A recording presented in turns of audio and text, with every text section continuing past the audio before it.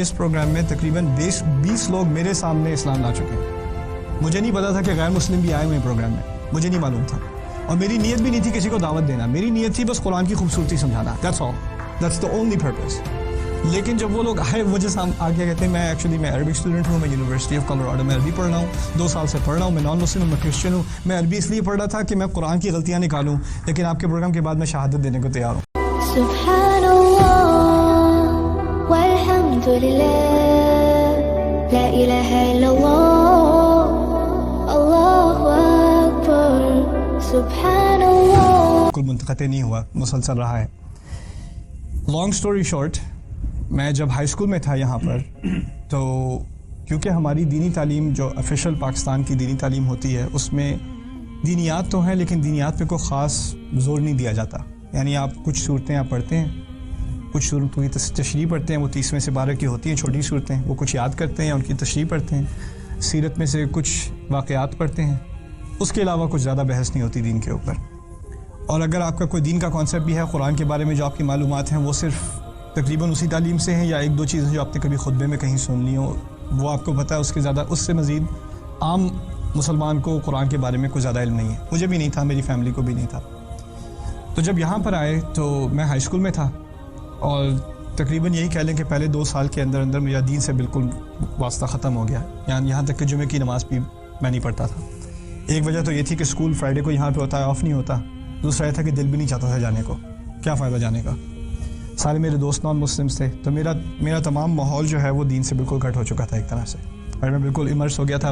اردو بھی بولنی میں نے چھوڑ دی تھی, انگلش میں ہی بات کرتا تھا. انگلش میں ابو امی بھی اردو میں بولتے ہیں تو میں انگلش میں جواب دیتا تھا. ایک طرح سے ایک شرم آتی ہے اردو بولنے میں جب یہاں آ جاؤ. You have to blend with everybody else, سب کے ساتھ مکس ہونا پڑتا ہے, رائٹ. تو I was completely immersed. اچھا, پھر ابو کی ٹرانسفر ہو گئی, ابو فورن سروسز میں تھے تو ان کی ٹرانسفر ہو گئی واپس پاکستان. لیکن میں یہاں اپنی پڑھائی کے لیے واپس رہ گیا, کنٹینیو کی اپنی ایجوکیشن یہاں پر. تو اب میں اکیلا تھا. تو پہلی جو ایک چیز تھی وہ انسان کو تھوڑا انسان رکھتی ہے, وہ والدین ہوتے ہیں. اب وہ بھی نہیں تھے, میں اکیلا تھا نیو یارک میں. تو یو کین امیجن, جو کرنا ہے کرو, جیسے کرنا ہے کرو. نماز کا کوئی اہتمام نہیں, دین کا کوئی اہتمام نہیں. دوست زیادہ تر میرے غیر مسلم دوست تھے. لیکن اللہ تعالیٰ کا بڑا شکر ہے, بڑا احسان ہے کہ کالج کے دنوں میں ایک دوست سے ملاقات ہوئی جو مجھے گھر رائڈ دیا کرتا تھا. یعنی میں عام طور پہ میں ٹرین لے کے سب وے لے کے گھر جاتا ہوں, 1.5 گھنٹہ لگتا تھا مجھے گھر پہنچنے میں. اس کے پاس گاڑی تھی, اور شاید میں نے دوستی بھی اس سے اسی لیے کی تھی کہ اس کے پاس گاڑی تھی. تو وہ گاڑی میں مجھے چھوڑا کرتا تھا گھر. تو ایک دفعہ وہ گھر ہم رستے میں جا رہے تھے تو ٹریفک زیادہ تھی, تو اس نے مجھ سے کہا یار اگر تم برا نہ مانو تو میں ذرا روک کے نماز پڑھ لوں. مجھے پہلے کبھی ایسا نہیں ہوا کہ نماز کے دوران ڈرائیو کر رہے ہوں, تو کبھی مجھے احساس نہیں ہوا کہ یہ نمازی ہے. تو اس نے مجھ سے کہا برا نہ مانو تو میں ذرا پل اوور کر کے نماز کر لوں. اس وقت آپ اندازہ کریں مجھے تقریباً 2 سال تو ہو گئے ہوں گے میں نے نماز نام کی کوئی چیز نہ سنی, نہ پڑھی, نہ عید کی نماز, نہ جمعے کی نماز, کچھ بھی نہیں.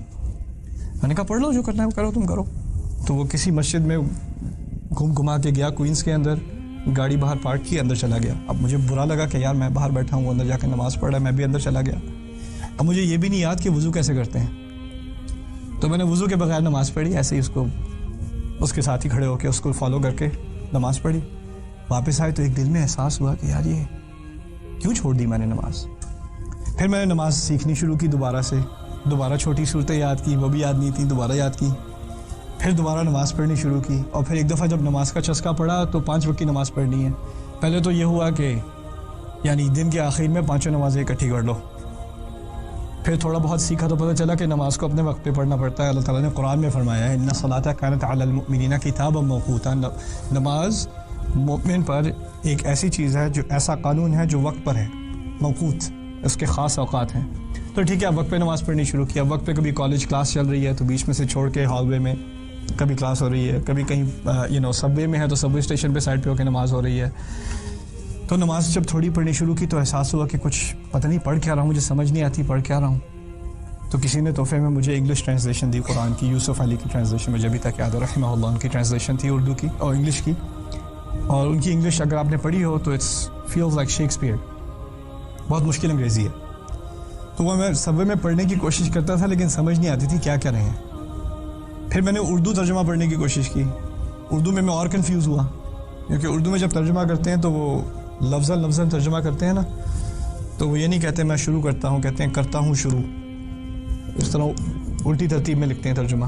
اور پھر سائڈ پہ بڑے موٹے موٹے حاشیے ہوتے ہیں جو کسی انسان کو سمجھ نہیں آتے، تو وہ آئی گیو اپ. میں نے کہا یہ تو میرے سمجھنے سے باہر ہے. یعنی قرآن پڑھنے سے زیادہ جواب آنے کے بجائے زیادہ سوال ذہن میں آنے شروع ہو گئے. یہ سبجیکٹ ایک دم سے ایسے چینج کیوں ہو گیا، یہ بار بار بات دہرائی کیوں جا رہی ہے. اگر یہ سورہ، اس کا نام سورہ بقرہ ہے، تو اس میں گائے کے علاوہ عورت کی دوسری باتیں کیوں ہو رہی ہیں. اگر اس سورت کا نام آل عمران ہے تو اس میں عمران کی فیملی کے بارے میں بات ہونی چاہیے، اور کیا بات کیوں ہو رہی ہے یہاں پر.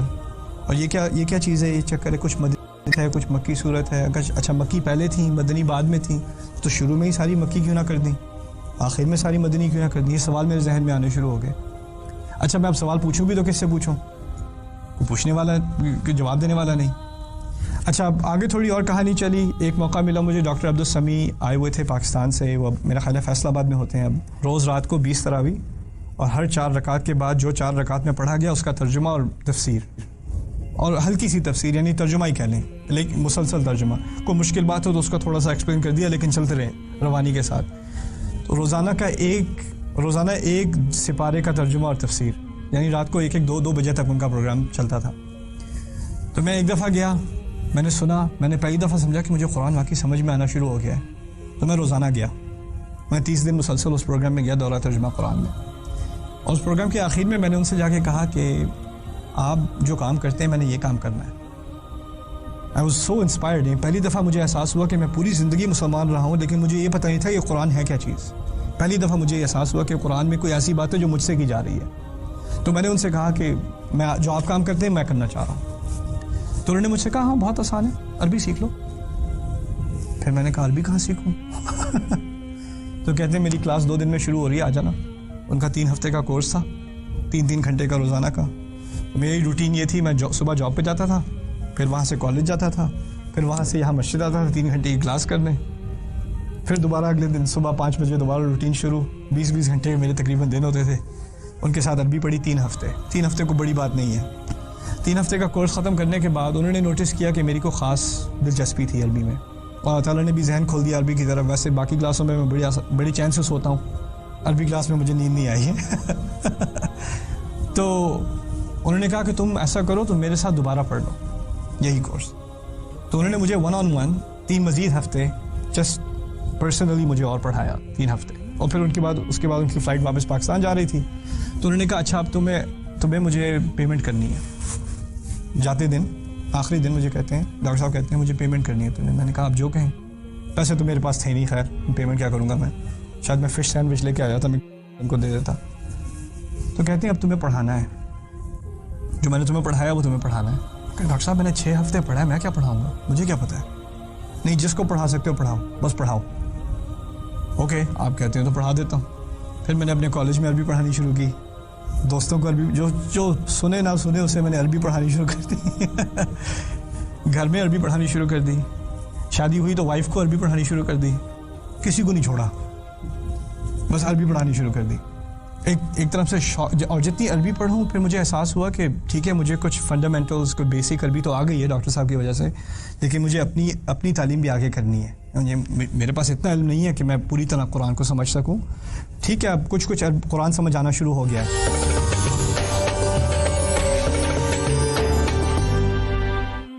جب میں نماز میں کھڑا ہوتا تھا تو کافی حد تک، میرا خیال ہے 50% کہہ لیں، مجھے خود احساس ہوتا تھا کہ بات سمجھ میں آ رہی ہے، لیکن پھر بھی 50% باقی تھا. رائٹ. اور ابھی بھی میں کالج اسٹوڈنٹ تھا، ابھی بھی میری فل ٹائم جاب بھی تھی، اور یہ پارٹ ٹائم کا سلسلہ تھا، کچھ دوستوں کے ساتھ ایسے ہی جو بھی فری ٹائم ملے اس میں. پھر اللہ تعالیٰ نے اور دروازے کھولے. اس کے بعد کچھ تھوڑے بہت پیسے جمع ہوتے تھے تو میں عربی کی کتابیں خریدتا تھا. تو عربی کی کتابیں خرید کے میں نے خود سے پڑھنا شروع کر دیا، کیونکہ بیسس تو تھی، ڈاکٹر صاحب نے ایک بیسک تعلیم دے دی تھی، تو خود سے میں نے اپنے آپ کو ایڈوانس کرنے کی کوشش کی. تو مدینہ کا کریکولم، پھر ریاض کا کریکولم، پھر ایجپٹ کا کریکولم، العربیۃ بین یدیک، پھر کیمبرج یونیورسٹی کا کریکولم، پھر جارج ٹاؤن یونیورسٹی کا کریکولم، ایک کے بعد دوسرا میں نے خود سے پڑھنا شروع کیا. اور جہاں کہیں پھنس جاتا، کیونکہ نیو یارک میں تھا، وہاں امام بہت ہیں، تو کسی مسجد میں گئے، کسی عرب امام سے پوچھ لیا یہ کیا ہے، یہ کیا ہے، یہ کیا ہے، ورنہ خود سے مطالعہ کنٹینیو کیا میں نے. اچھا اس دوران کیونکہ میرے نزدیک جو میری موٹیویشن تھی عربی پڑھنے کی، وہ اصل تھی قرآن سمجھنا. میں صرف عربی اس لیے پڑھنا چاہتا تھا کہ مجھے قرآن ڈائریکٹلی سمجھ آئے، اور زیادہ سے زیادہ سمجھ آئے. اچھا جیسے میری عربی پڑھنی شروع ہوئی تو مجھے یہ احساس ہوا کہ جو قرآن میں پہلے پڑھ بھی چکا ہوں نا وہ بھی مجھے اصل میں سمجھ نہیں آیا تھا. یعنی اس میں ایک گہرائی تھی جو میں نے اس کو انڈر ایسٹیمیٹ کیا تھا. میں سمجھا تھا کہ سمجھ آ گئی بات, یہ لفظ ہے, اس کا یہ معنی ہے, لیکن بعد میں پتہ چلا کہ اس کے اور بہت گہرے معنی بھی ہیں. تو پھر مجھے احساس ہوا کہ شاید میرے فہم میں اور میری انڈرسٹینڈ میں کچھ چیز مسنگ ہے. اچھا اس دوران کیونکہ قرآن سے دلچسپی تھی اور عربی اتنی میری ایڈوانس تھی نہیں کہ میں خود سے جا کے تفسیر پڑھ سکوں عربی کی, تو انگلش میں زیادہ تفسیریں ہیں نہیں, تو پھر میں نے اردو تفسیریں پڑھنی شروع کی. مفتی محمد شفیع رحمہ اللہ, ان کی معارف القرآن, ابھی تک میں اس کا مطالعہ کرتا ہوں. تدبر القرآن امین حسن اصطائی صاحب, ابن کثیر کا اردو ترجمہ, جو بھی تفسیریں مجھے ملی, تفسیر مظہری جو بھی ملا, تفسیر عثمانی, وہ میں نے کاپیز لے کے ان کو پڑھنا شروع کیا. لیکن پھر بھی مجھے احساس ہوتا تھا کہ کچھ مسنگ ہے. میں جب ترجمہ پڑھا کوئی چیز مسنگ ہے, کچھ سمجھ نہیں آ رہی بات. تو پھر میں نے اپنے آپ کو فورس کیا عربی سننے پہ, یعنی جو عرب علماء ہیں ان کے جو قرآن کے لیکچرز ہیں. اب مجھے اتنی عربی آتی نہیں ہے کہ میں سن کے سمجھ سکوں, لیکن پھر بھی میں نے اپنے آپ کو فورس کیا کہ سنوں بیٹھ کے. ایک ہی لیکچر 1 گھنٹے کا ہے تو میں 20 دفعہ سنوں جب تک سمجھ نہیں آ جائے. ایک لفظ جو نہیں آتا وہ لکھ لوں, ڈکشنری میں جا کے ڈھونڈوں. اور انہوں نے بیٹھ کے پھر پورے لیکچر ٹرانسکرائب کیے عربی کے. پہلی لیکچر سیریز جو میں نے سنی تھی اس کا نام تھا اعجاز القرآن. طارق سویدان ایک عالم ہیں کویت کے, انہوں نے یہ سیریز کی تھی 16 گھنٹے کی قرآن کے معجزے پہ. تو میں نے پہلے گھنٹے میں 20 گھنٹے پہلے لیکچر پہ 20 گھنٹے میں نے گزارے ہیں سن کے. اور پھر ہوا یہ کہ الحمدللہ اس کے بعد سے عربی سننا جو ہے آسان ہو گئی میرے لیے. اچھا وہ لیکچر سیریز سننے کے بعد مجھے احساس یہ ہوا کہ جو تعلیم میں نے حاصل کی تھی قرآن پہ کے انڈر اب تک, یعنی ڈاکٹر عبدالسمیع سے, ڈاکٹر اسار احمد سے, اور ڈاکٹر فرحت ہاشمی کو بھی کافی سنا, اور باقی جو بھی علماء ملے یہاں پر, ایک مولانا عبداللہ سلیم ہیں, ان کی قرآن ایکسپلورر.com ہے, ان کے دروس کو سنا, ان سے جو کچھ سیکھا. اور عرب علماء ہیں جو بات کر رہے ہیں وہ زمین آسمان کا فرق ہے. وہ ایک بات نہیں کر رہے جیسے کہ وہ 2 قرآن پڑھ رہے ہیں. معاذ اللہ, معلوم ہوتا ہے کہ وہ بالکل ان کا جو پرسپیکٹیو ہے وہ بالکل ہی اور ہے. ہمارے ہاں جو اسٹرینتھ ہے, جو میرے نزدیک, یہ میری اپنی ذاتی بات ہے, ہمارے ہاں جو ہمارے علماء کی بحث ہے از ویری فلسافک. اس میں فلسفہ بہت ہے, اس میں حکمت بہت ہے, اس میں فوائد بہت ہیں. ان کے ہاں ہر لفظ کی گہرائی میں جا کر اس لفظ کا معنی کیا ہے, اس سے کیا فائدے نکلتے ہیں, وہ جو گہرائی وہاں ملی وہ مجھے کہیں اور نہیں ملی. لیکن ان کے ہاں فلسفہ نہیں ہے. ان کے ہاں جدید جو علوم ہیں اور جدید فلسفے ہیں اس پہ جو قرآن کے خلاف تنقید ہوتی ہے اس کا جواب نہیں, وہ ہمارے ہاں ہے. تو یہ 2 مختلف دنیا تھیں یعنی قرآنک اسٹڈیز کی. اور پھر اسی طرح مجھے اردو میں جو مصادر ہیں, جو سورسز ہیں, ان کے فائدے, اس سے میں نے فائدہ اٹھانا شروع کیا. دوسری طرف عربی میں جو سورسز تھیں ان سے میں نے پھر فائدہ اٹھانا شروع کیا.